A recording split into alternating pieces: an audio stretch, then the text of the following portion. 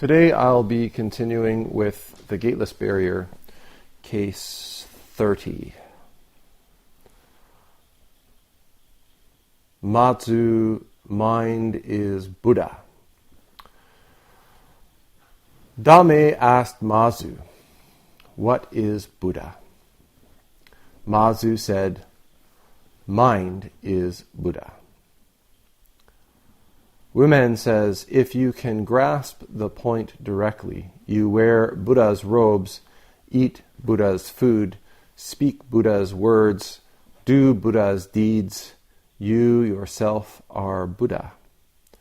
Dame, however, misled quite a few people into mistaking the mark on the scale for the weight itself. He should know that after even mentioning the word Buddha, he should rinse out his mouth for 3 days. If you are truly awake, when you hear anyone preaching, "Mind is Buddha," you will cover your ears and run away. Wumen's verse says, "The blue sky in broad daylight. It is greatly abhorred to search around. If you ask further, what is Buddha? It is like proclaiming your innocence while clutching the plunder."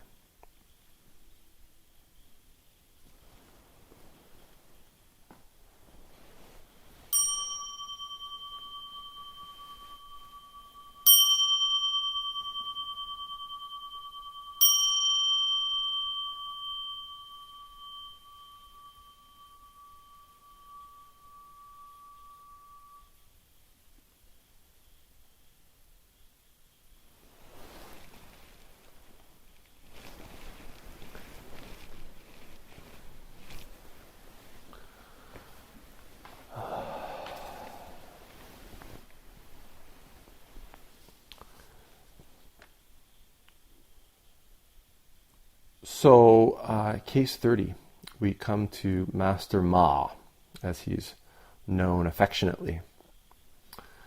Master Mazu is one of the most renowned Zen masters of all time. He had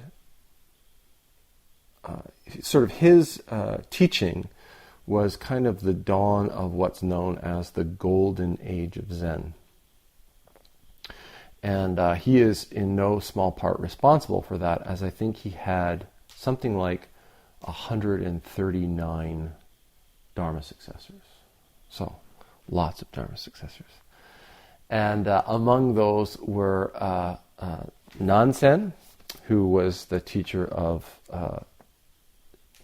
Chao Chu or Zhao Zu or Joshu, as well as Pai Chang or Bai Zhang, who was the teacher of Huangbo, who's the teacher of Linji. So both of those lineages come to Mazu, and he was a very famous Zen teacher.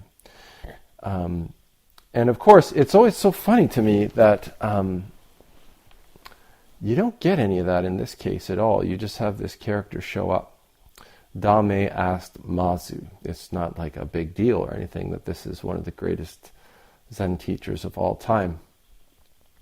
One of the things that will become important later, because there's another case, 33,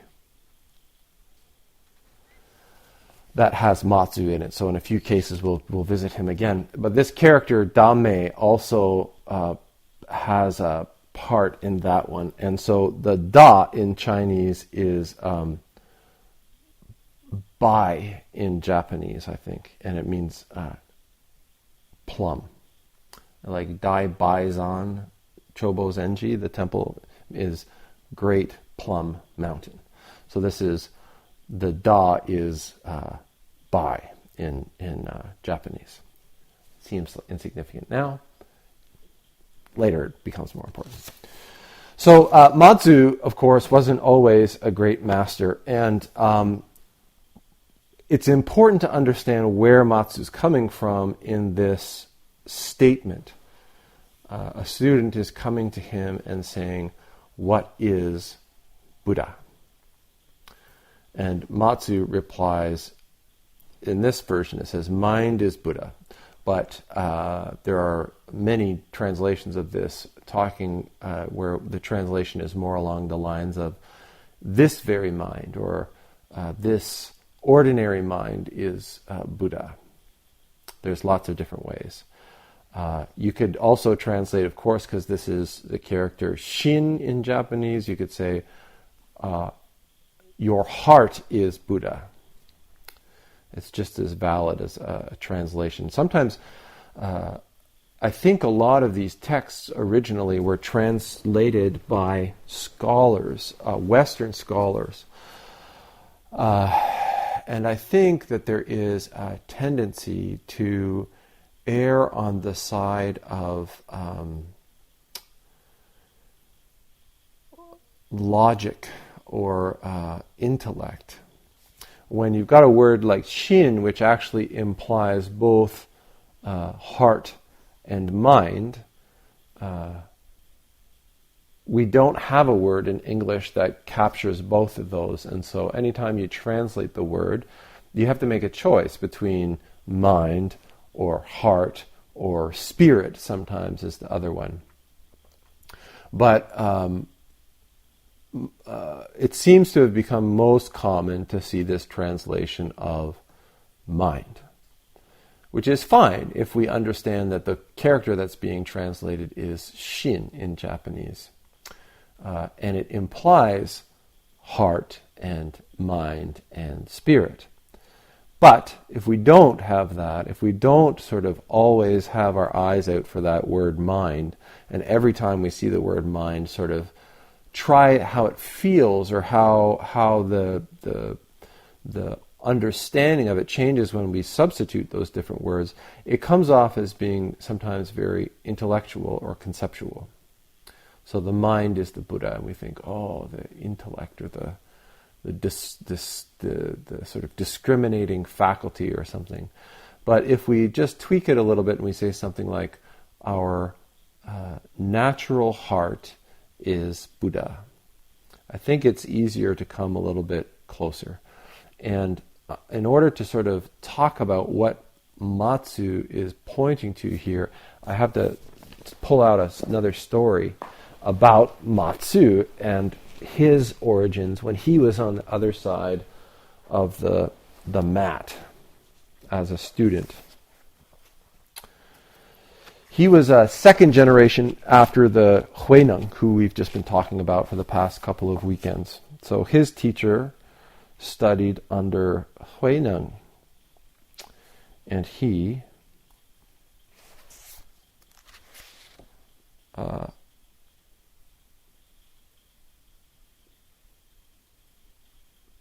his teacher's name was Nanyue.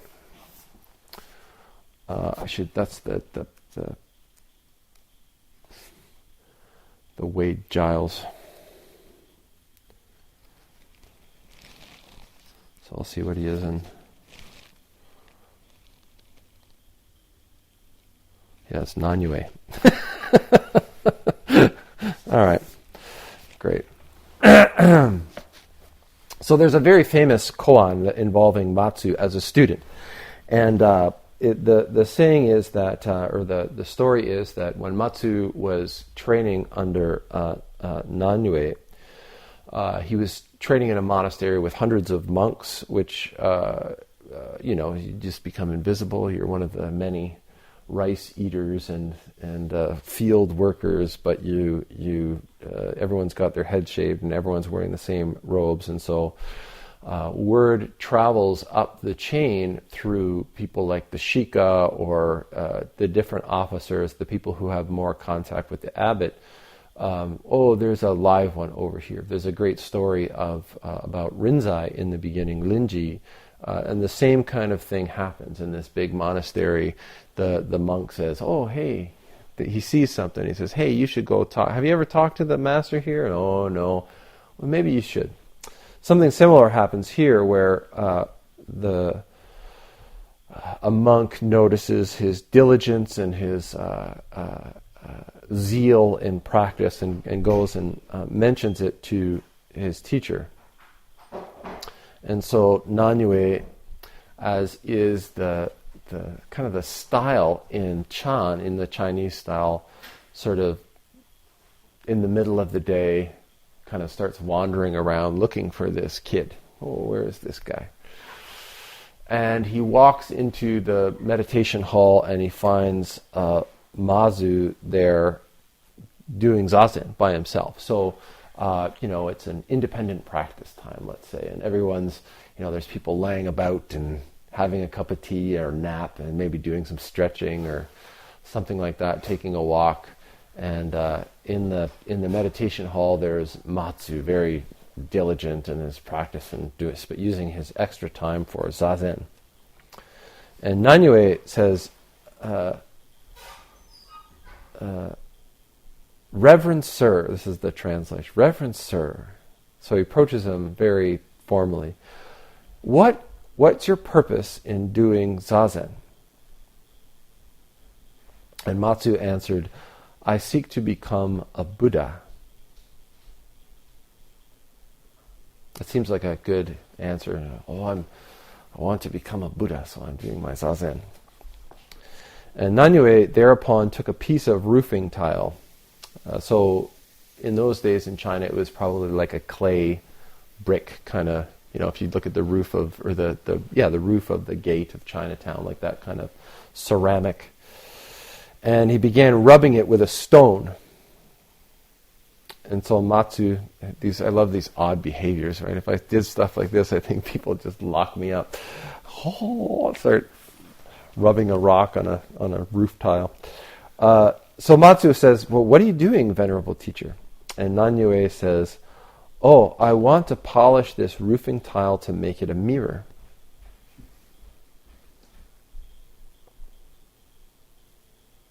I always find stuff like my intellectual mind it always goes off on stuff like this, because clearly he's saying like it's not going to happen, right? Like you can polish this roofing tile all you want with this stone, and my mind always goes like, I wonder if they use like a really fine diamond grit. I bet you probably could turn it in. So, anyways, that's not the point. Mazu says, can a piece of roofing tile be made into a mirror? Maybe this is some amazing Zen master feat that he's going to turn this. Can that actually be done? And Nanyue asks in return, can a Buddha be created by doing zazen? Can you make a Buddha by doing zazen? Mazu was dumbfounded and could not reply. Nangaku then went on, it's like hitching an ox to a cart. When the cart does not move, do you hit the ox or the cart? Mazu still could not reply. Nanyue explained further. Are you doing zazen or are you sitting as Buddha? Zazen is not just a matter of sitting or lying down. Sitting as Buddha reveals that Buddha has no fixed form. In the midst of transitory things, don't grasp or reject. If you cling to the form of sitting, you do not adhere to its inner principle. Okay. So now we start to come to the big sort of transition point for Mazu. Whenever I hear this story, I always remember. I always try to put myself in the position of the people in koans. I think it's a very valuable practice because I think the weight of this is significant. There was one time where I was at Mount Baldy, and I was, at Mount Baldy, Roshi was in his 90s at that point, and so the only time you really saw him the only time I really saw him was either when he was coming in and giving teisho, or when I was in Sanzen, and he always was, in his brown robes and always playing the role of Roshi, and so that was just, and you never saw him any other time. He had his little cabin, and he was over there, and you did whatever you were doing in the monastery and all this kind of stuff.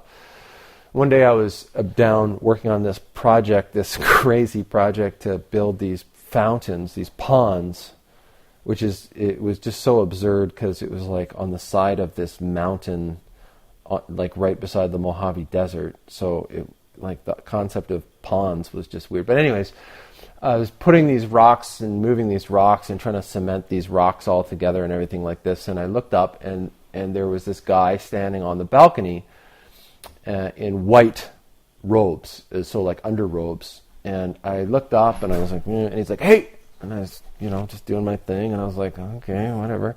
And he's like, hey! And I looked up and it dawns on me that it was the Roshi. And he was sort of wandering around looking for the Shoji. He says, where's Shoji? And I was like, I think he's, and I was just like completely, I didn't know how to respond because it was just such an unusual experience to see the Roshi one-on-one speaking in a very kind of casual way. So I kind of said, I think he's over there, and he took off again, and I was like, wow, what was wrong with me? I was kind of like stumped there with a very simple question, like, where's the Shoji, right? So I can only imagine in the case of Mazu, in this monastery with hundreds of monks, and they're all doing their stuff. Everyone's busy around the monastery, and it's a little downtime. So you say, okay, well, I want to go do some zazen, and that you're sitting there, and as happens sometimes, maybe the door opens in the meditation hall, and someone walks in, and that's fine and normal, and then they kind of stop in front of you, and it's the master. Oh, and he turns to you and asks you a very direct question, one-on-one. What are you doing? Why? And in a monastery, in a Zen monastery, in the meditation hall, the master of the place saying, what are you doing? Like, when you're doing your zazen? Oh, what's a good answer? I think, I think this is a good question. Every time we sit down to do zazen, what's my purpose when I am doing zazen? Because for me, I know that a lot of the time when I sit down, that question would be a real stumper. Why do I keep doing this? I have no idea. Like, I can't put that into words. It just is a natural, I don't know. Why do flowers blossom? I don't know.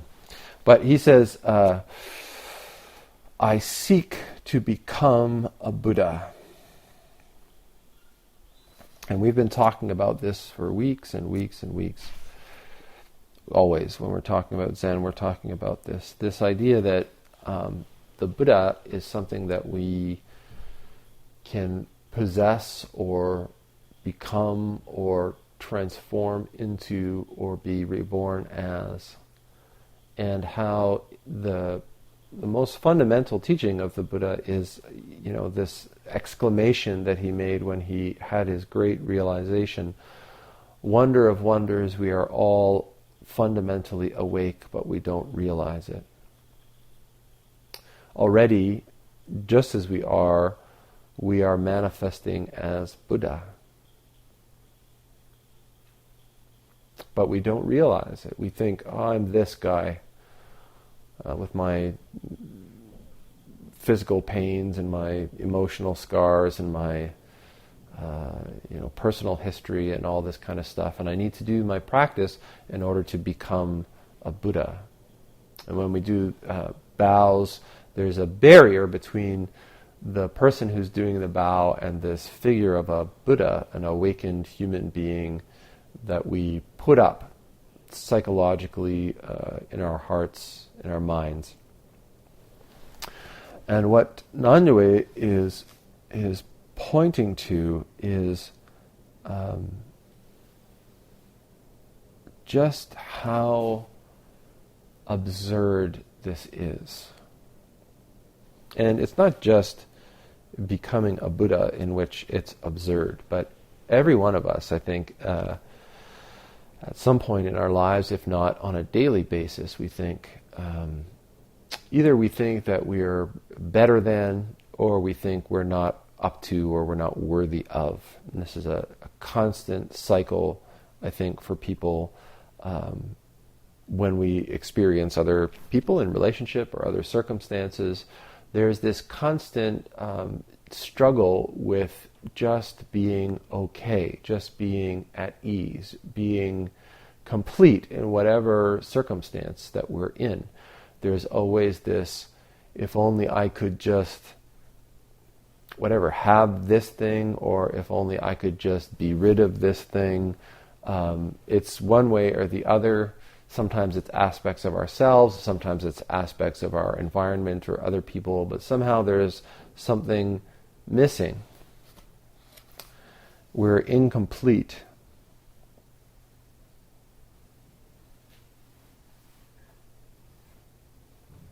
We're seeking to become whole. We're seeking to become awake, complete. And it's absurd. So in order to demonstrate this, Nanyue takes this roofing tile and starts like, it's like maybe take a handful of fireplace ash and I'm trying to make a diamond. It's just like, well, good luck. Good luck with that. Can you make that? Can you make a mirror out of a roofing tile? Can you become a Buddha by doing Zazen?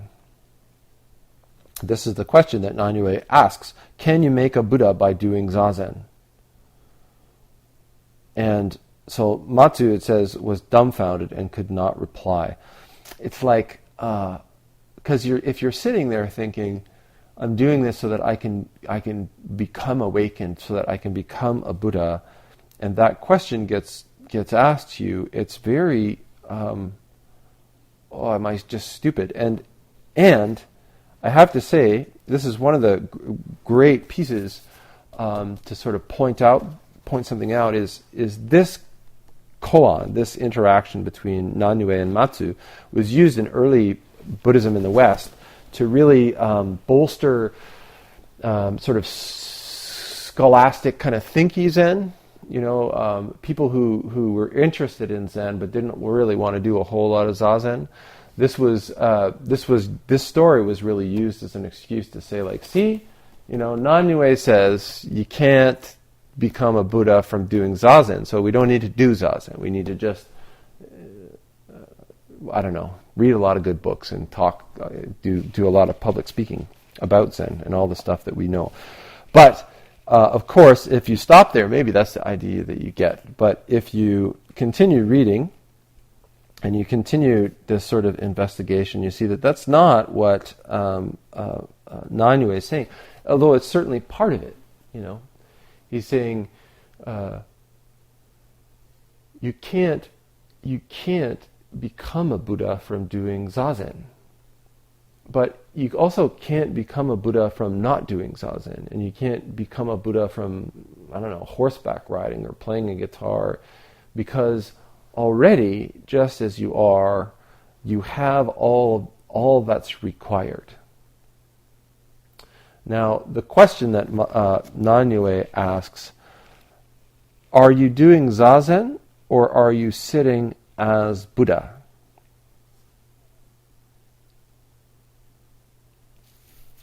Now this question reminds me of sort of a question that you would be asked in a theater class.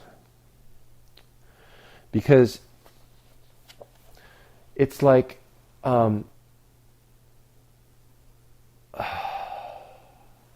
if you're doing any activity, whether you're sweeping a floor or cooking a meal or doing Zazen or exercising or whatever, I think everybody is aware that there is a couple of experiences that you can have in doing this. You can have this experience of, whatever, I need to clean the bathroom because it's on the chore list and the government says I need to clean the bathroom so many times and I really hate cleaning bathrooms, so I'm going to go do that, and and now I've got to clean the toilet and now I've got to do this. And that's one way of doing things, where there's a very clear sort of subject-object task sort of relationship. And we're kind of separate from things. And we can do a really great job of cleaning the bathroom that way. There's another way that we can approach it in which it's more about becoming a clean bathroom together.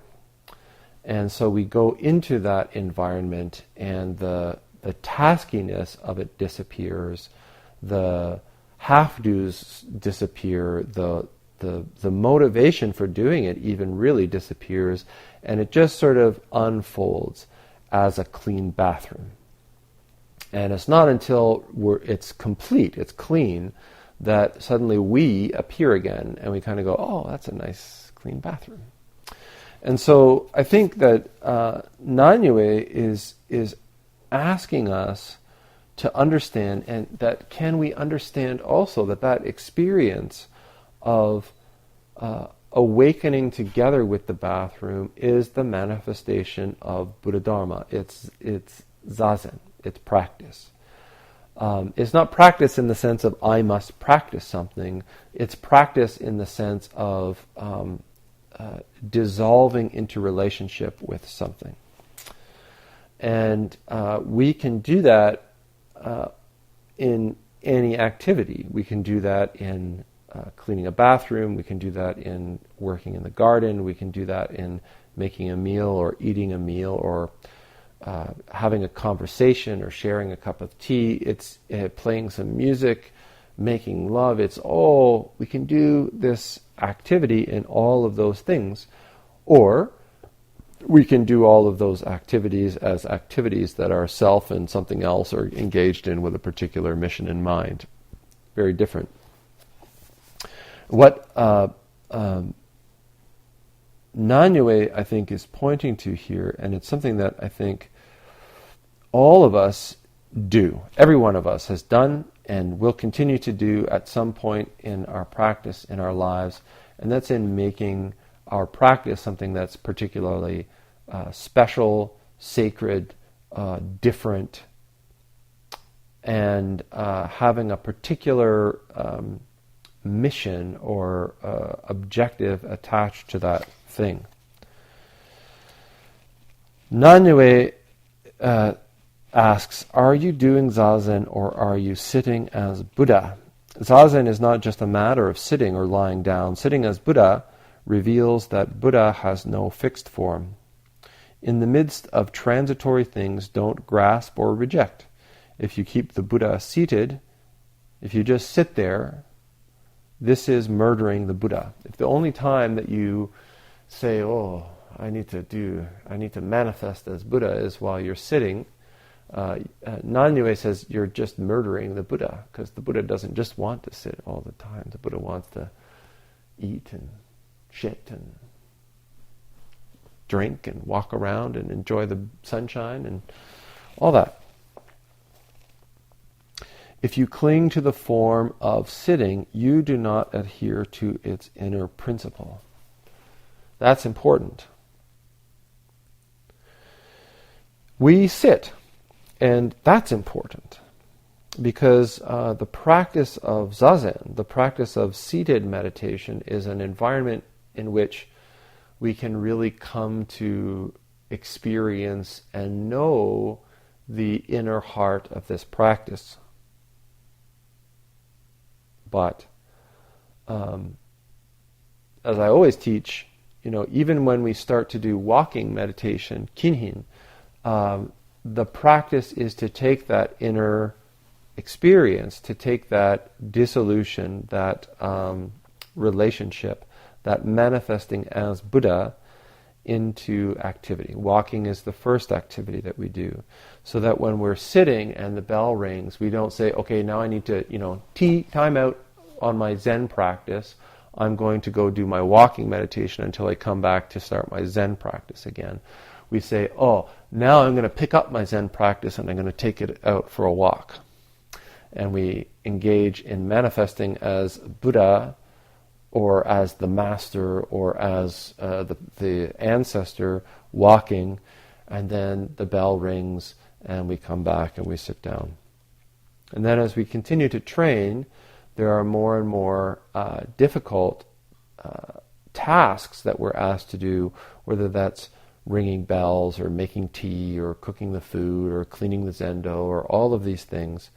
And it's very easy in those times to flip out of the practice mind or the manifesting as Buddha mind and do stuff. Just do the job with the task and all that kind of stuff. And as we practice more and more, it becomes apparent, hopefully, if we have a teacher that's doing their job, we can really see that this is, each of these is an opportunity to manifest or engage in that activity as Buddha, to leave the separate self, the fixated self, the I am self, back, the one that wants to stay separate from and do. We slip into the task and be the task, be the activity, the manifestation of Buddha as ringing bells, beating drums, making tea, pouring tea, making meals, eating meals. My experience is never perfect. In the course of a day, there's moments where I'm completely just doing it because it's the next thing to be done, and I'm playing the role of abbot, and if I don't do it, then what a shame that will be. And then there are times where I completely slip into that activity. Informal practice is a wonderful opportunity because the whole thing's set up. The doors are wide open, and it's a wonderful and easy invitation for us to step into experiencing things in that way. When we're in our everyday circumstances in the world, oftentimes it's more difficult because you're engaged with a group of people who aren't going about things that way. We're bitching about having to do this job or complaining about so-and-so. And the more we sort of engage with that kind of personal preference when we're doing a task, the more difficult it is for us to slip into the task, to actually be connected with it harmoniously and manifest as Buddha, because we're actually psychologically, mentally, emotionally, consciously or unconsciously actually holding ourselves apart from it. We're holding ourselves in that position of watching it and doing it, but sort of at arm's length. So if we just practice letting go, being a little quieter, and embracing the task with our hearts, we find that we can slip into it, whether that's, and it's always fun to experience something that we've been doing many times as a doer, and then to sort of say, okay, well, what happens if I change the way that I'm doing this? What happens if I embrace this with my heart and slip into it? Something that we've done a million times can suddenly be born completely anew. It becomes fresh, and we're like, that was fun. Cleaning the bathroom was fun. That's weird. Oh, you're all thinking, you're crazy, Eshu. But no, it's true. It's true. Nanyue is giving Mazu a teisho, a private teisho in the Zendo. So after this interaction, he questioned Nanyue, so how shall I do Zazen in order to merge with the formless? Nanyue said, your study of the teaching of the mind ground is like planting seeds. My expounding the essence of reality is like moisture from the sky. Circumstances have come together for you, so you shall see the way. So we have this capacity, is this teaching. We are all Buddha, but we don't realize it. And we have these experiences in our lives that either affirm the separateness, the distinction of the self, or we have experiences in our lives that affirm the fundamental unification of this cosmos. And here we have an interaction in which Mazu is really pointing this out, this circumstance that you're in here. And this goes for all of us, really, when we find ourselves in a meditation hall, in a meditation center. Of all the things we could be doing on a Sunday in our culture, we have to really take a moment to be grateful and acknowledge that all of the environment here and all of the circumstances and all of the practice that we have here is all nurturing our innate heart, our innate Buddhahood to manifest. It's like a fertile garden that's being nurtured. And that doesn't happen everywhere. So we have to take a moment to acknowledge and appreciate that.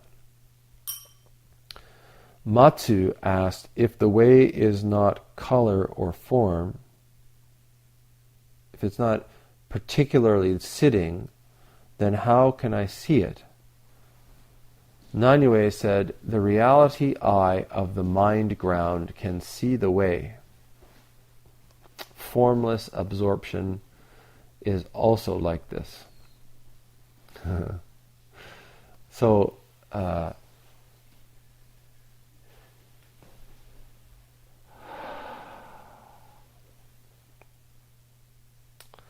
guess the way that I would express this is that you can't see it with your eyes, you have to see it with your heart. So as we practice, you hear over and over again that Zen practice is an experiential practice. And part of the reason that we do things in a ritual way, we do things in a repetitive way, is that it provides you with a very rich experience in the diversity of how that activity goes off. There are times where I've rung a Jikijitsu's bell millions of times probably at this point. And I can honestly say from experience there are times where I am completely dissolved into the sound and I radiate around the room and around the world. And there are times where I'm just fucking hitting the bell. And I know that because I've done it so many times. I've experienced it. And what's important is when you start in practice to develop the awareness that there is this unified awareness. I'm dissolved. I am with this activity.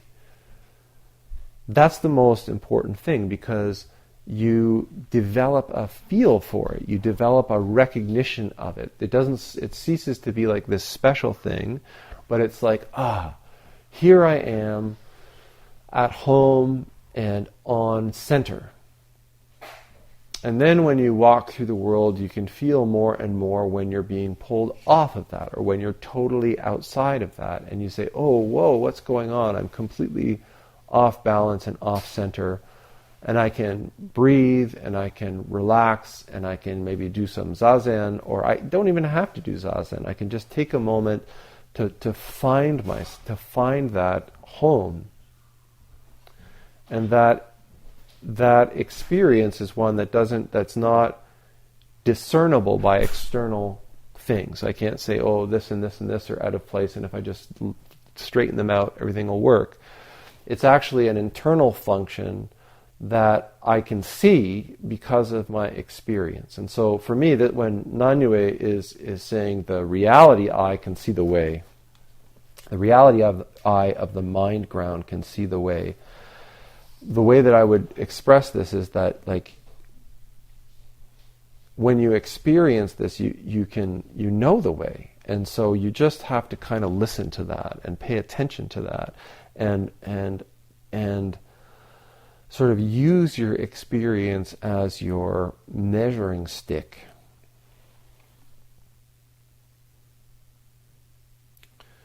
Formless absorption is also like this, says Nanyue. Formless absorption is, it's like zazen, formless absorption, like dissolution into zero, I guess we could say.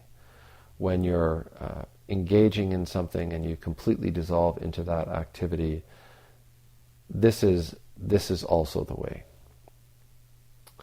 Mazu says, is there becoming and decay or not? Is there birth and death or not? I mean, this is like, imagine this conversation, like, whoo! Yeah, I was just trying to do some zazen here. Nanyue said, if one sees the way as becoming and decaying, compounding and scattering, this is not really seeing the way. Listen to my verse. Mind ground contains various seeds. When there is moisture, all of them sprout. The flower of absorption has no form. What decays and what becomes? With this, Mazu suddenly realized the mind ground. His heart and mind were transcendent. He served his master for 10 years, day by day, going deeper into the inner sanctum. So this is Mazu. This is his sort of big awakening story. And I feel like it's a really important story that we have to hear, because how else do we know what he's talking about when he's questioned later? I mean, the case is literally 2 lines long. A monk Tame asks Mazu, what is Buddha? And Mazu says, this very mind is Buddha. And so you can't just say that. You can't just sort of ring it off like it's a conversation. For me, it's very clear that in this interaction, there is a connection. This very mind is Buddha. This very mind is Buddha. This very mind is Buddha.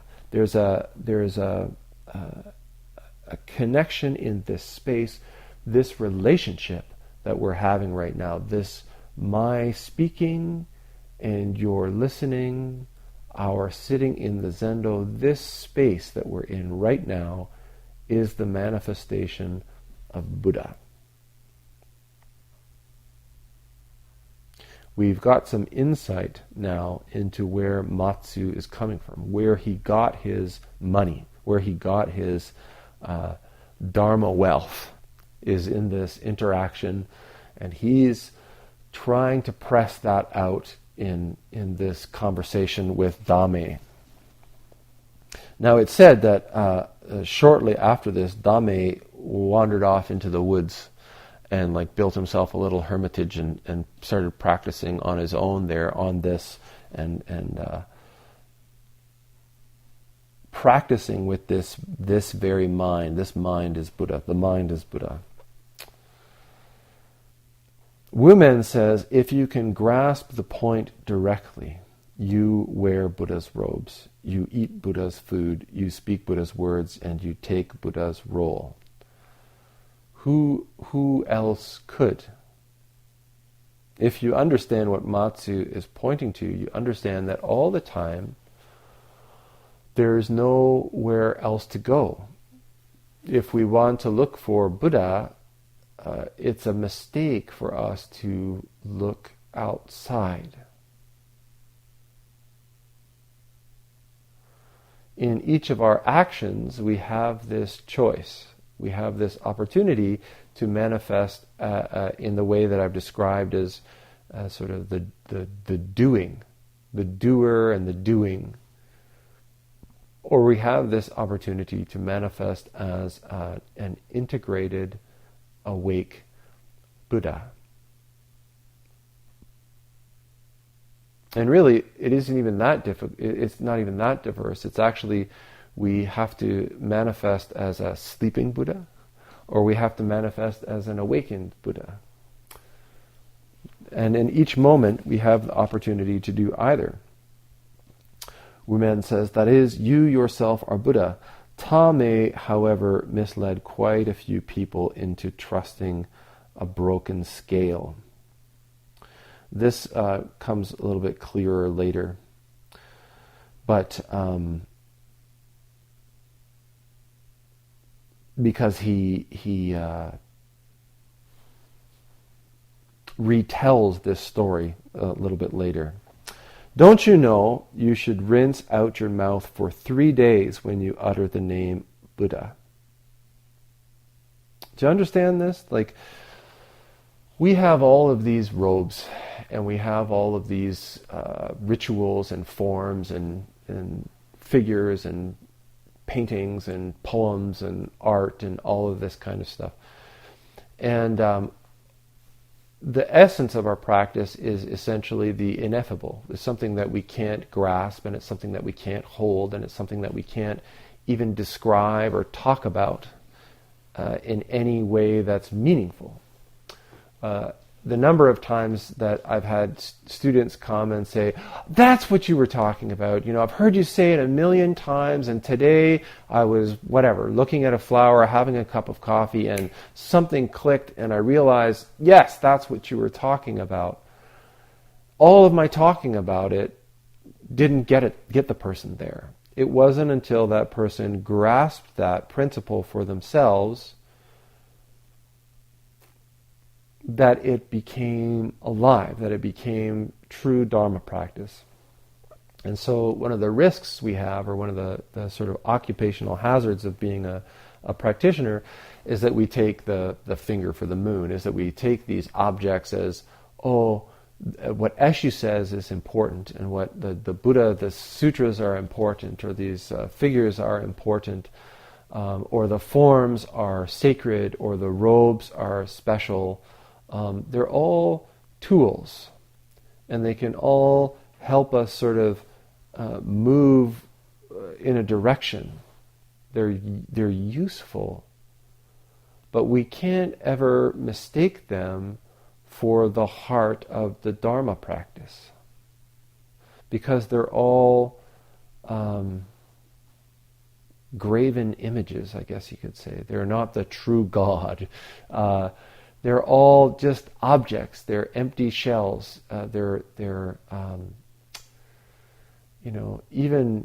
the most beautiful painting or photograph of a starry night sky is not seeing a starry night sky. This is just the truth. One of the things I'm always mourning about is, I love the Walbrand Valley, the massive trees out there and everything. I've been out there 2 or 3 times now, and the experience of being there is emotional for me. It's very powerful for me, and you can't take a picture of it. And that's you can bring the biggest camera, you can have a drone with a camera on it and do 360 view, and you can play that on an IMAX screen if you want to. It's not the same as seeing these amazing beings. And it's sad, because if you could I wish I could just teleport people there or something like that, so you could just have a brief experience and you don't have to do all the driving and all that kind of stuff. But if people could have that experience, we wouldn't be so bent on chopping all of them down. At least that's what I believe. And so likewise, this practice, or this experience, this awakening, our own awakening, realizing our own Buddha nature, all of these things can inspire us. All of these things can support us and encourage us to really break through and experience and realize our own vast potential and our true nature. But we need to be careful not to stick to them. Linji uses this metaphor of a sticky lacquer tray. We all love our beautiful things, and we all love a beautiful Buddha statue, and we all love the ritual and the form. Well, maybe we don't all love the ritual and form. I know some people just hate it. But that's another form of sticky lacquer tray, getting our hands dirty and attached. We need to cut through that to the bottom and have the experience for ourselves, so that The formal practice is a wonderful opportunity for us to manifest as Buddha, but also karaoke night at the pub is a wonderful opportunity for us to manifest our Buddha nature as well. And this is when we start to function as more and more as Buddha. Our Zen practice and Zen form becomes less and less this super special spiritual activity that we do, and more becomes just another way that we manifest our Buddha nature. We don't dismiss it. Quite the contrary, I think what happens is there are less and less things that we dismiss. It's not as if we say like, oh, my ordinary life is now important in Zen practice. Well, I'll just go through the motions because Buddha nature is everything. We say, oh, manifesting Buddha in everything, and rather than tossing anything away, we start to engage with dishes as practice, and we start to engage with taking out the trash as garbage and picking up the dog poop as practice.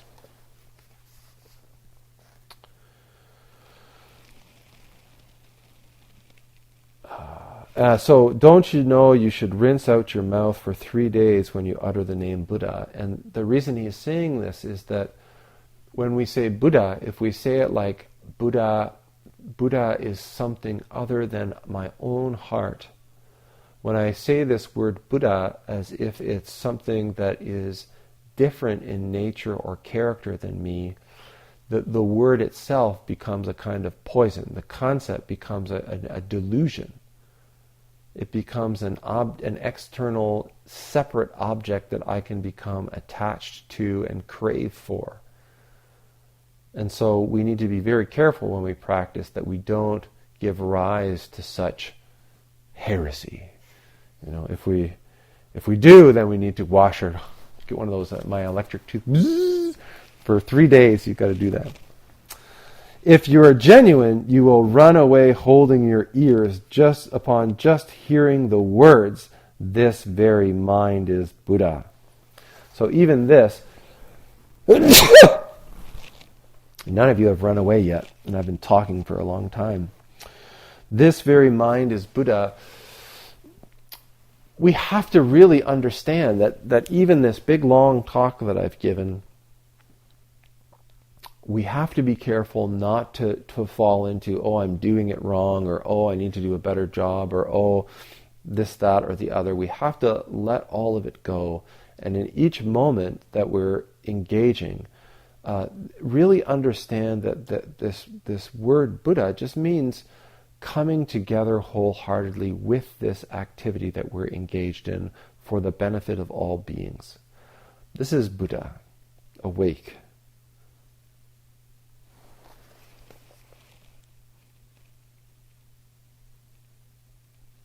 Women, such a card. The blue sky in broad daylight. There's nothing more obvious, right? The blue sky in broad daylight. It is greatly abhorred to search around. Stop looking around. The blue sky in broad daylight.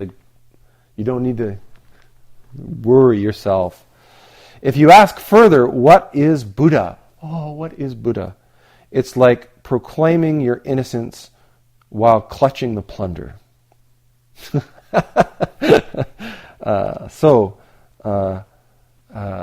There's lots of stories about jewels in top knots, or there's a great story about a fellow who wakes up in the morning and looks in the mirror and his head is gone. Have you heard that one? Yeah.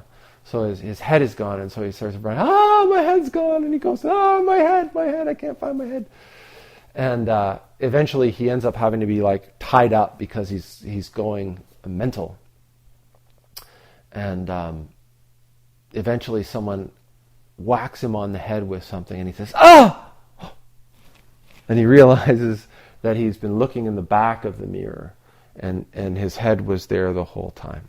And so that's kind of how we function, is this, I'm not good enough. Oh, I don't have what I need, and if I just buy this, have this, do this, get rid of that, avoid this, lose that person, then I'll be complete and satisfied and whole.